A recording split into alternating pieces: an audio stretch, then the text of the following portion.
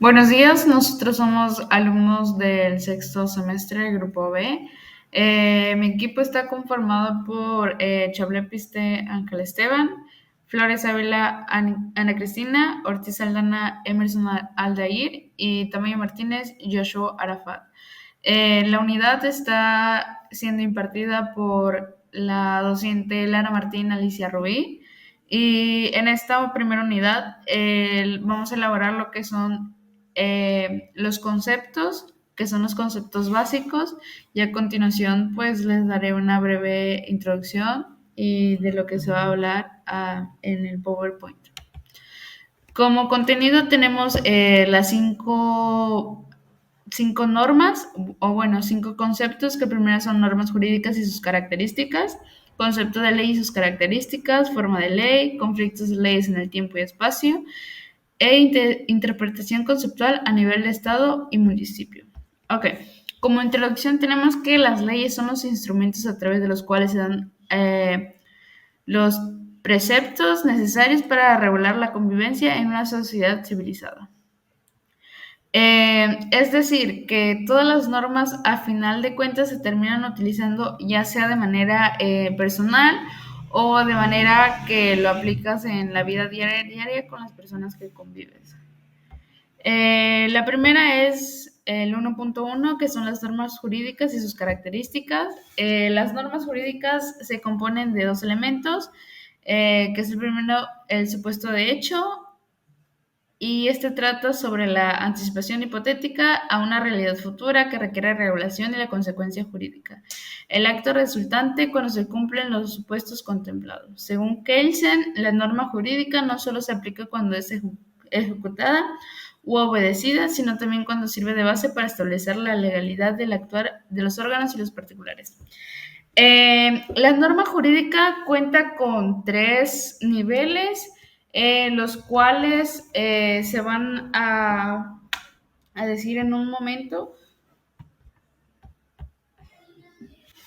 Y, ok, las normas jurídicas se dividen en tres, que como ya se mencionó, el primero es el supuesto, el nexo y el nexo jurídico o la consecuencia.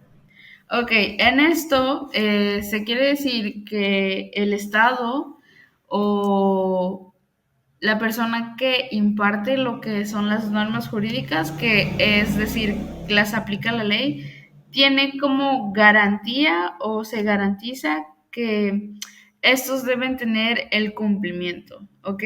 El siguiente dice, además se describe como una regla de conducta didacta para un poder legítimo para regular la conducta humana con las características de pertenecer a un sistema jurídico y tener validez jurídica.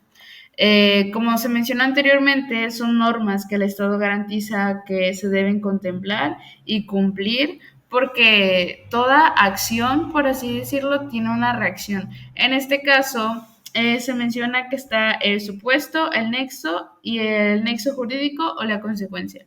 Con esto quiere decir que el supuesto es lo que implica y te va a llevar a tener la consecuencia, como lo puede ser acto de vandalismo. Esto lo vas a tomar como las normas jurídicas porque vas a aplicar lo que marca la ley y en este caso recibirá una sanción, que ya esto es el resultado de lo que realizaste. Muy bien, soy Emerson Aldair Ortiz Aldana y hoy les voy a hablar sobre el concepto de ley y sus características. La ley, ¿qué significa? La ley es una regla abstracta de una conducta general obligatoria para toda la sociedad, que también puede decirse que significa que es una norma jurídica dictada por el Poder Legislativo, que regula la conducta de los individuos de la sociedad. La ley tiene 5 características principales, una de las cuales es la generalidad, que significa que ésta se aplica a todos los individuos sin excepción. La obligatoriedad, que significa que impone deberes o establece derechos que deben de ser cumplidos por los individuos, y en caso de que no, habrá una pena o sanción debido a esto. Otra de sus características es la coercibilidad, esta está respaldada por el poder del Estado y realmente cuando se aprueba una ley, no hay alguien o no hay un solo individuo que diga que no le gusta esa ley y por ese individuo no se va a hacer, sino esto está en manos de ciertos poderes que que están bajo el cargo de nuestra nación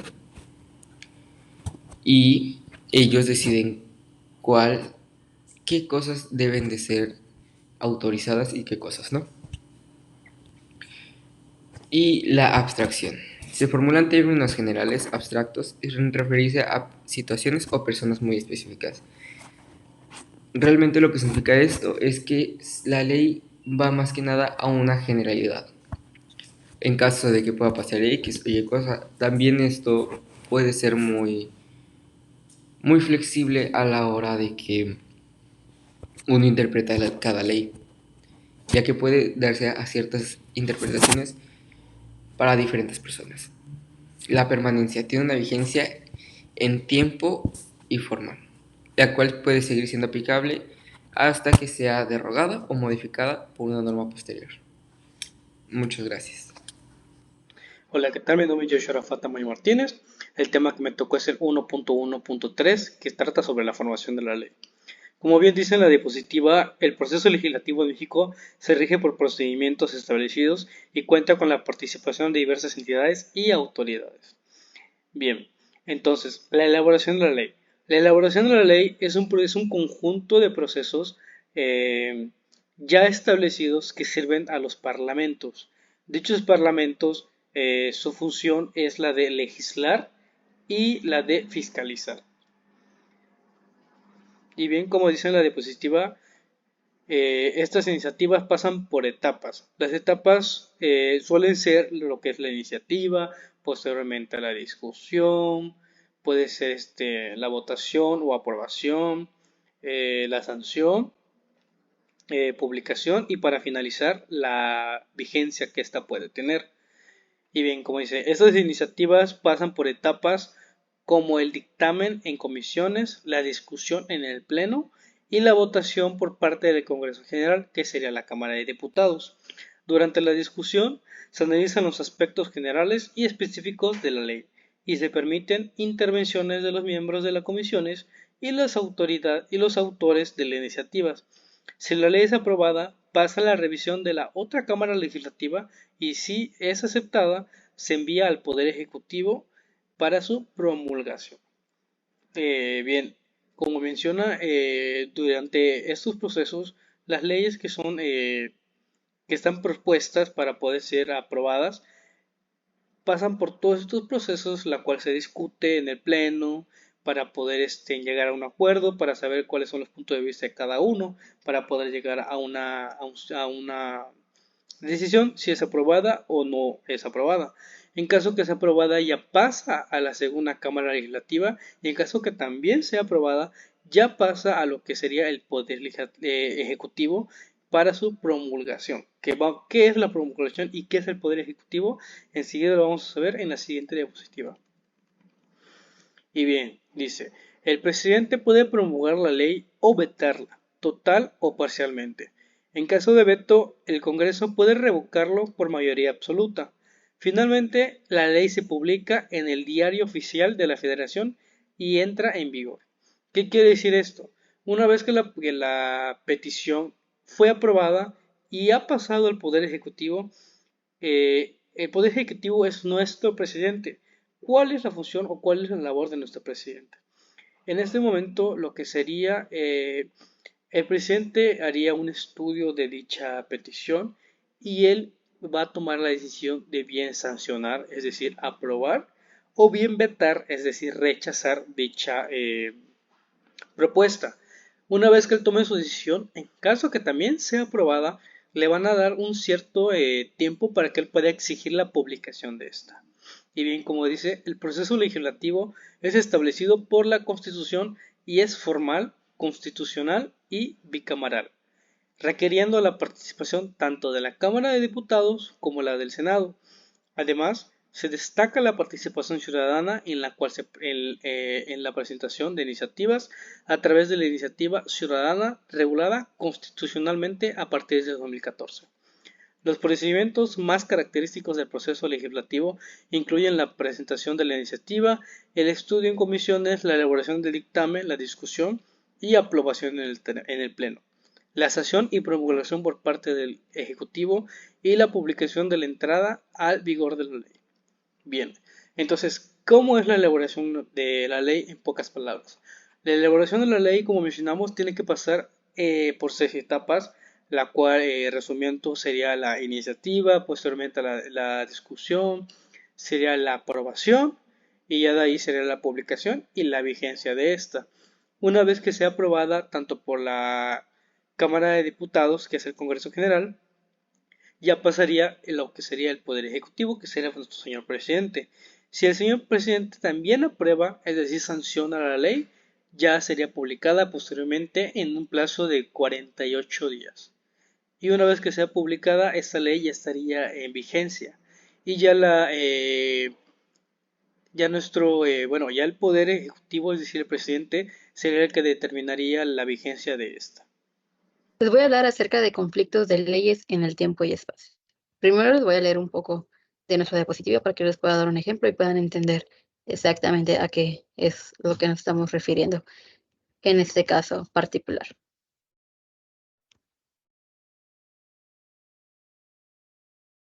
El conflicto de leyes en el tiempo y espacio se refiere a la concurrencia entre dos o más normas de derecho positivo que regulan la misma materia y tienen la misma jerarquía normativa, a lo que genera contradicciones o imposibilidad de aplicación simultánea.